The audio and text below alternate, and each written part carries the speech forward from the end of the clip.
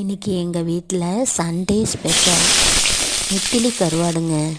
வாங்க எப்படி செய்வதுன்னு பார்ப்போம். ஃபஸ்ட்டு எண்ணெய் ஊற்றி வெங்காயம், தக்காளி, பச்சை மிளகா, கருவேப்பிலை எல்லாத்தையும் போட்டு நல்லா வதக்கிக்கோங்க. வதக்கிட்டு இஞ்சி பூண்டு பேஸ்ட்டு கொஞ்சம் போட்டுங்க. அப்புறம் மஞ்சள் பொடி, மிளகு பொடி, மிளகாத்தூள், மிளகு பொடி போட்டு நல்லா ஃப்ரை பண்ணிக்கோங்க. அதில் கருவாடு போடுங்க. ஃப்ரை பண்ணி இறக்கி உப்பு போட்டு நல்லா ஃப்ரை பண்ணிக்கோங்க. இன்னும் கொஞ்சம் கூடுதலாக ஊற்றிக்கோங்க.